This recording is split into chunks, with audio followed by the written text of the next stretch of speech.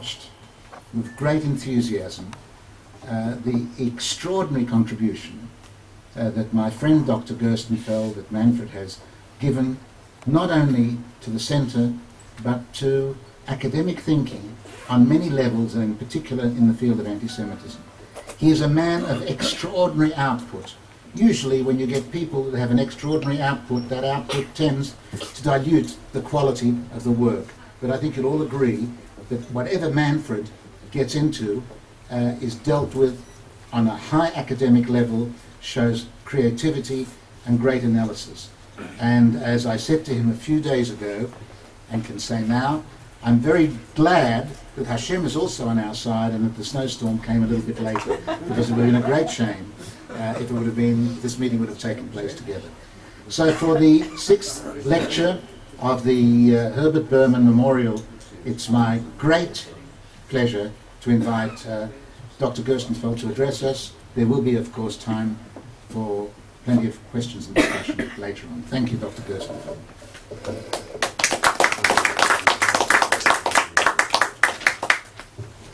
Thank you, Easy. After this I can only disappoint, but what can I do? And I'm not so sure that I agree with your theological interpretation that the delay of the snow is due to this lecture.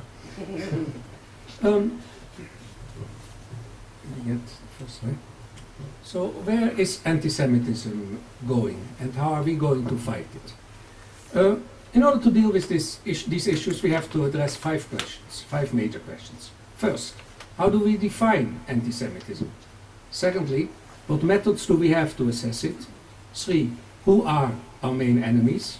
4, in which general, societal, global environment will we have to function? And 5, how should the Jewish people and Israel defend themselves? Because without such an overview, we will continue to deceive ourselves. For instance, what we usually do concerning the development of anti-Semitism, we have a very, very simplistic approach. Media say last year's 110 Jews have been beaten up in Great Britain. This year it seems that there will be only 98. Anti-Semitism is declining. We fool ourselves, because physical attack data teach us very little about the underlying trends of anti-Semitism in society. So I'll try here this morning to give some answers to these 5 key questions, not necessarily in order. So let's start with the future global environment. What do we know about the future? Take into account the questions which interest us. How will the world look in a couple of years? Well, in my opinion, it will be a more uncertain place. What does that mean for the Jews? We are finally a small, dispersed people, even if perhaps 80% of all Jewry today live in the United States and in Israel. Let's look backward a little bit. Our best years were after the fall of communism. The world was relatively quiet. Our main ally were the United States, which was the world's sole remaining superpower. And the last decade of the 20th century was a good decade for many reasons. The Oslo Agreement gave many Jews partly false hope of a future peace, on the one hand, and on the other hand, the renewed Holocaust restitution negotiations drew much attention to the history of the major injustice committed by the European democracies against the Jews after the Second World War. The new century started badly. The Second Intifada broke out. Our ally, the United States, is increasingly hated and contested by the population of countries who without the United States wouldn't be democracies today. The Western world in general is in disarray and has to confront a major Muslim challenge. And terrorism by Muslim radicals, or at least attempts at terrorism, in the Western world have greatly increased. Now we Jews have special problems with the Muslim world. Iran promotes genocide against us, Hamas is a power in the Palestinian territories, Hezbollah is a power in Lebanon, but we should again not fool ourselves. It is not only radical fundamentalism in the Muslim world which are our problem and which are the West's problem. hatred in the Muslim world is much wider spread, even though it is not general. So, all in all, that backs up my estimate that we're going to a much more uncertain future. At the same time, we're also going toward an increasingly polarizing world. For this, we have to blame largely parts of the Muslim world, because fundamental Islam and jihadism together create a totalitarianism which is as dangerous as Nazism and communism. Now, this huge flow of hatred coming from the Muslim world and part of its religious system lead to two different reactions in the Western world, which are also polarizing. The appeasers say, we have to understand radical Muslims and we have to accommodate them. The realists say, these people are the greatest organized threat to humanity. Beyond that, there is also a third, much smaller group, the anti-Muslim extremists in the Western world, and many of those, almost by definition, are anti-Semites. Now, the Jewish people have very little to expect from the appeasers, because these people in part promote the neo-Marxist fallacy that Muslim radicalism has mainly economic reasons. These people is poor, it's clear that they blow themselves up. It's inconvenient, but the perpetrators of September 11 were middle-class Arabs. For the appeasers, however, theory precedes facts. So many appeasers also promote the fallacy that if there is a Palestinian-Israeli peace agreement, everything else in the world will fall in place. I can give you a written guarantee that it won't. The appeasers consider that the many murderous anti-Semitic statements coming out of the Muslim world are rhetoric. They belittle the rabid Muslim anti-Semitism, and thus they become the natural allies of our enemies whom they try to accommodate. On the other hand, due to the Muslim terrorism and hatred, the number of realists in the world is likely to increase. The realists know that Muslim radicalism has perhaps some economic roots, but that it has mainly ideological and racist reasons. Many of these realists are our potential allies, but they will not become so if we don't work hard to mobilize them. So, where is the main battleground in the war of ideas in the democratic world going to be? The battle between appeasers and realists. It's obvious that will be in Europe. And that means also that anti-Semitism, which is then disguised as anti-Israelism, has a great opportunity in Europe. Our main forces of the Jewish people, however, as said, are in Israel and the United States. And in Europe, the Jewish organizations are weak. What will happen in this polarizing climate? The tone of the general debate has already gotten harder, and that trend will continue. And that will bring as something which comes with it to a situation where the verbal attacks on Israel and the Jews will become much more violent than they already are. And we have seen that trend already in the past 25 years with the attacks on Holocaust history. And that's particularly the case with what we should call Holocaust inversion, the accusation that Jews, Israel, behave like the Nazis. Another development. We have to understand that anti-Semitism will continue to be increasingly global. But our defenses are mainly national. It is true that some of the major American organizations, ADL, Simon Wiesenthal Center, American Jewish Committee, operate also outside the United States. But their main emphasis is domestic, and that's also, that's not to belittle, that's where they spend most of their resources.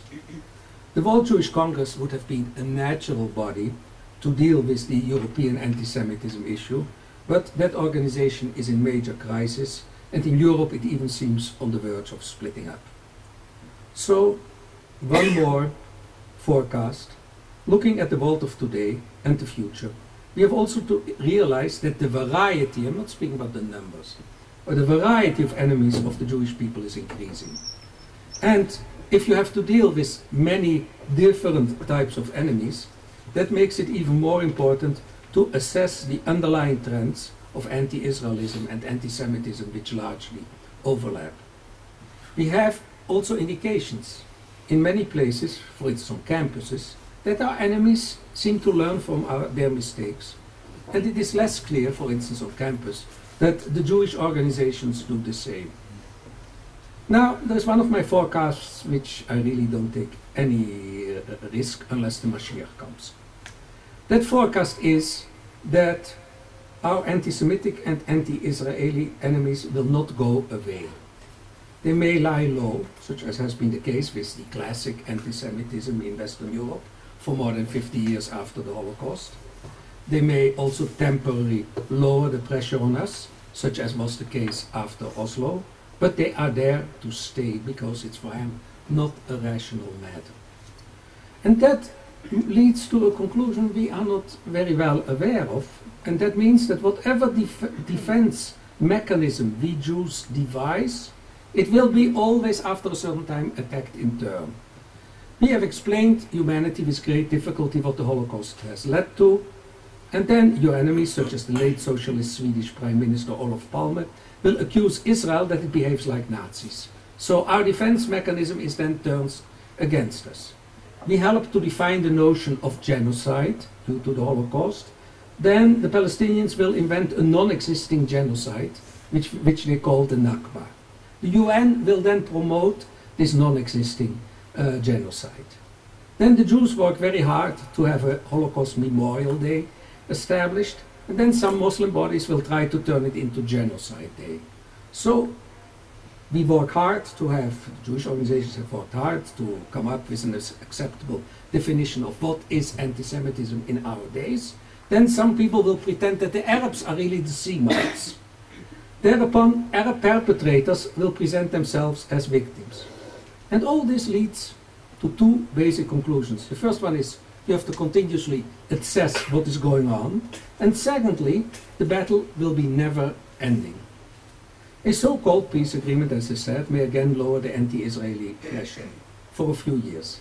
The anti-Semitic hatred is, however, an integral part of European culture, and now also of large parts of Muslim culture. Now, I want to avoid mistakes. That's something radically different than saying that all Europeans or all Muslims or the majority of them are anti-Semites. These are two very different issues. Now, before we have discussed the environmental issues, before we discuss in more detail where is anti-Semitism going, we have to first understand how do we define it, what is it? The most accepted definition now is the one of what was once called the European Monitoring Center for Racism. And we have it up here on the slide. Here you have this definition which explains how we define it and how it applies to Israel. I let you look at that for a minute. Now, what we have to do against the background of this definition, I have to take you rapidly through the basics of anti-Semitism against this background. And with that, let's do the next one. Yeah.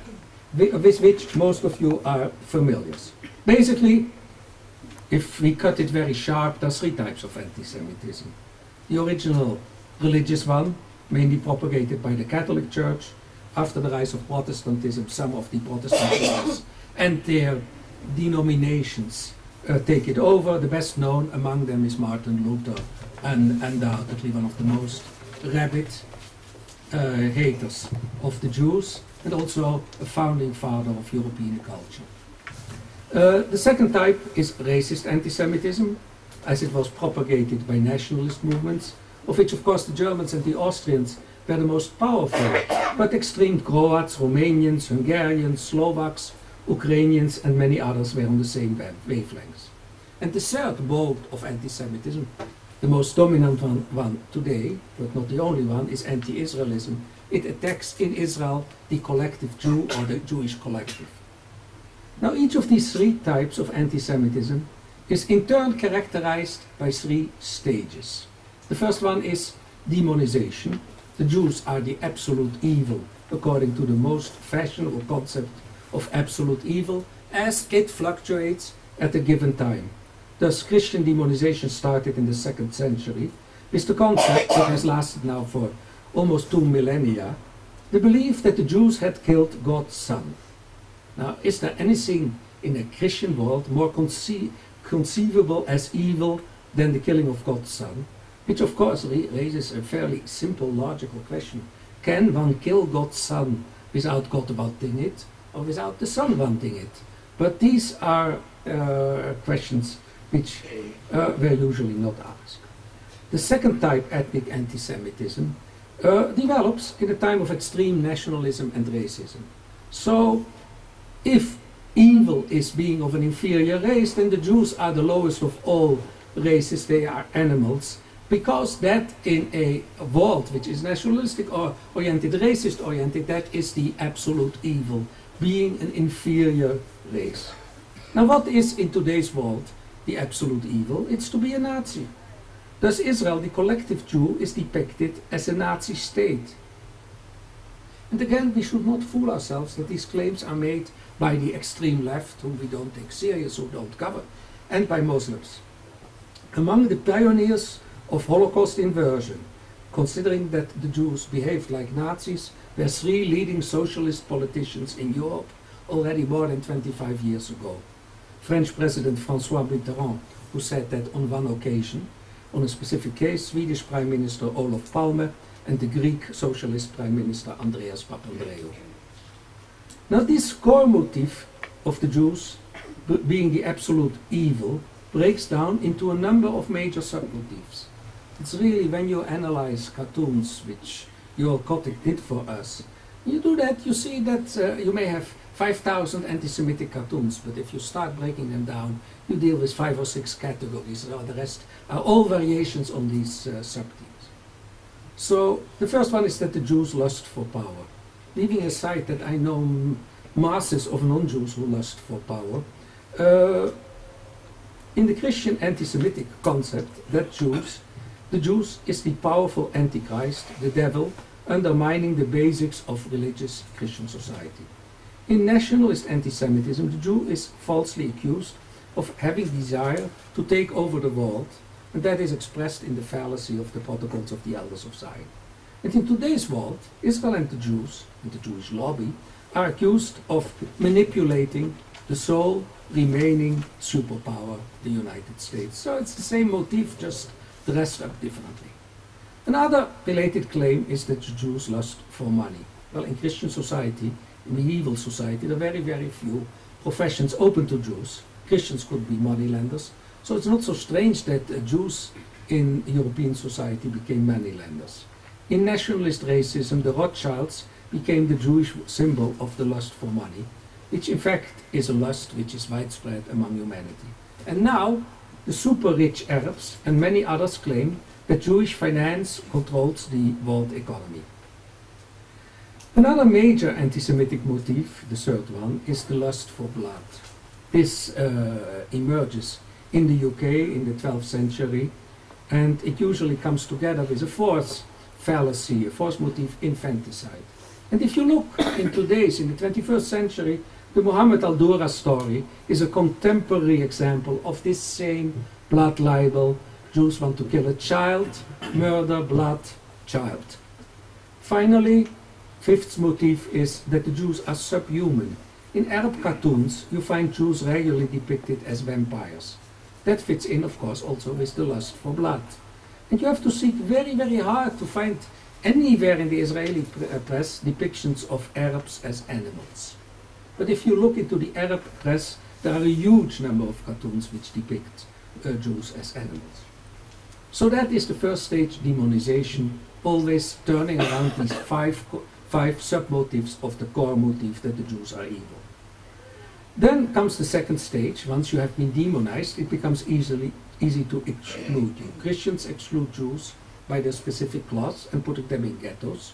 Muslims turn them into dhimmis. When Hitler and his party come to power in Germany, the Jews were kicked out of government jobs, and from there the exclusion continued till their ultimate destruction. And in today's society, The anti-Israelism boycott campaigns and campaigns of divestment from Israel are among the examples of excluding Israelis from what is normal society. The third stage is expulsion or destruction.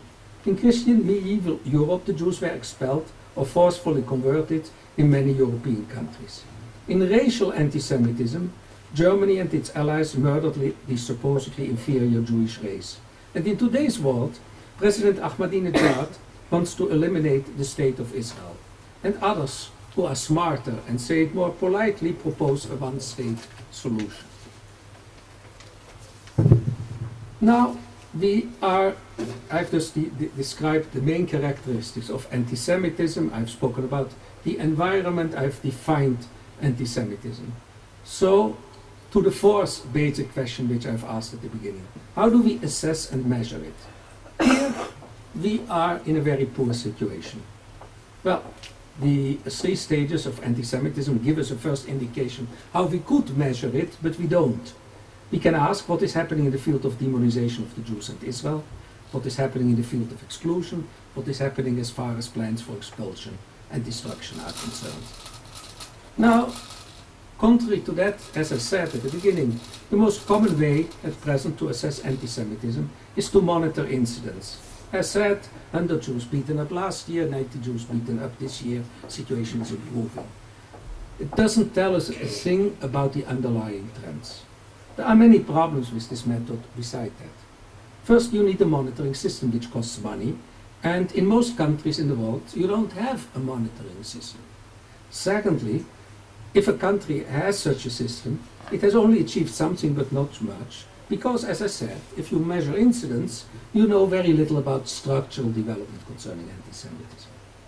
And furthermore, you cannot compare between countries. It means nothing if you have 200 incidents in the UK and 500 in Britain, because the quality of monitoring differs from country to country. In other words, the percentage of complaints you register versus the number of total incidents may be very, very different depending on the quality of complaints and the quality of registration. And also the definition of anti-Semitic incidents differ from country to country. Those who were here when the Dutch expert Mayor Henriques Villegas spoke, he said very clearly, we take in emails, which many don't do, hate emails. We don't take in anti-Semitism on the web because that is monitored in the Netherlands by another body. So you get very, very differing situations from one place to another. Okay, what do we do beyond incidents? Not really very much. We run a few polls. Now, what do polls tell you? They tell you about anti-Semitic attitudes of individuals which may never realize themselves in acts, or which may develop fast, as we saw in Germany, that even people who, if you had done a poll, that would not have indicated themselves as anti-Semitic. When that became the dominant narrative in German society, they gladly tried to catch up for what they hadn't done in the past. So you have major shortcomings of these polls. To assess developments, you have to ask always the same questions over a long period, because otherwise, if you ask different questions, you don't get indications. And they tell you about attitudes, but it doesn't capture trends. And finally, polls are expensive. You only do them very rarely. The ADL runs something in Europe in a few countries, usually every 5 years. So, with the dynamics of today's society, it doesn't help us very much. What I propose as a simple next step is an additional method. You can try to record in each country the major elements of the three stages, because you cannot demonize without doing it publicly. If you privately tell your wife, or vice versa, the wife tells the husband that she hates Jews, that is not a very effective method of demonizing. You have to go out through the mass media. So you can assess the demonizing in a country and what each of the actors, and I'll come soon to a list of 11 actors, have done in this field in a specific year. Let's take a country which is really a country of under the humanitarian mask, a country which promotes hate against Israel in an incredible way, if you take into account how small it is, Norway. You find in Norway among the elites many important promoters of anti-Israel bias. Now you can ask, and that's very easy to measure, let's take the 5 or 10 leading papers in Norway. How many anti-Semitic cartoons have they published this year? It's an easy test, doesn't require much effort, and it gives you an indication. If you do run that test, say, in the Netherlands or in, I don't know, in Italy, you come up with much lower figures than you'll come up in Norway, which is really, let's say, except for Greece, the most notorious country in this field. You can ask the next question: how many biased declarations against Israel have Norwegian ministers made this year? So that gives you also an indicator. Do the same for a couple of other countries. It's also not difficult to measure. Then you can ask what evil remarks against Israel has the Lutheran Bishop of Oslo made this year, and so on. You can find a number of simple indicators. Of course, you have to develop the system initially qualitatively, afterwards quantitatively. But it's not very difficult to find a number of key questions which you can get out of the public media, and does not inquire a man to sit the whole year on the phone to wait for complaints and check complaints, whether the incident is true or false. This is very simple. Now, as far as the second stage, exclusion, is concerned, we can ask who has called for a boycott of Israel in Norway this past year. And then you can see, and you'll find, and I did the exercise, that Norway, however small it is really an absolute leader in Europe, together with Sweden when it was Socialist Democrat rule, of that in Europe. It's very, very difficult to find countries where you find so many primeurs on anti-Semitic calls as Norway and Sweden. Now, then you can ask, destruction of Israel, what have we heard about the one-state solution in, say, Norway? Or, for the harder type of destruction, then you don't have to really be in Europe, then you have more to go to the Iranian and Arab world. This method is not a great method. The only thing which it does, it's better than what we have. Because here you touch upon things which are really core issues. They concern the key issues of anti-Semitism, and at the same time you have easy access to them with Google today. You can just Google them up. Now, what do we really have to do? If you really want to do a job on assessing anti-Semitism, you have to work much harder. You have to do case studies. We have tried at the JCPA in the past 6 years to do some, and we have tried also, which was easier, to publish many more which others had done. And a recent example is my latest book on the academics against Israel and the Jews, where you have 18 case studies on 18 cases of anti-Semitism or anti-Israelism on the campus. Now, is this the only method to do it seriously? There is very little money available for it, only few institutions which are dealing with it. But if we don't do case studies, we will continue to remain ignorant about many crucial issues. Let me now get to the next question. Who are our principal enemies? Well, you will see that it's a fairly great variety, and I'll go very, very rapidly over each of them, over most of them, and see where they are going. It's a great mistake to think that the problem of anti-Semitism in the Muslim world emanates solely from radical Muslims. The Muslims who beat up Jews in the European streets, and according to Commissioner Frattini of the EU, half of the physical attacks on Jews in Europe derive from Muslims, if you take into account that the average number of Muslims in European society is somewhere between, Western European society is somewhere between 4 and 5%. This is of course a huge number. Now these people are not, you won't find those people in the mosque. The hatred may come from the satellite and may come also from mosque, but these are not very religious Muslims. They are hooligans, they are criminals. They are anti-Western racists. but they are not, they do not believe in jihad in any of its interpretations. And to prove my point further, if you look into Egypt with the incredible hate campaigns against Israel and the Jews in Egypt, they come from a society which is not yet, perhaps, dominated by the Muslim Brotherhood. It is dominated by Mubarak and his group. Now, the polls of the Pew Foundation in the United States show that hatred of Jews is extremely high in Muslim societies. We speak sometimes about 100%, but even in a country like Turkey, it is far more than 2/3 of the population. Now, Muslims, as I said, in the Western Europe are perpetrators of a large percentage of the physical attacks. This together shows you that the hatred from the Muslim world is not solely a religion-related hatred. The extreme right, of course, that is a natural.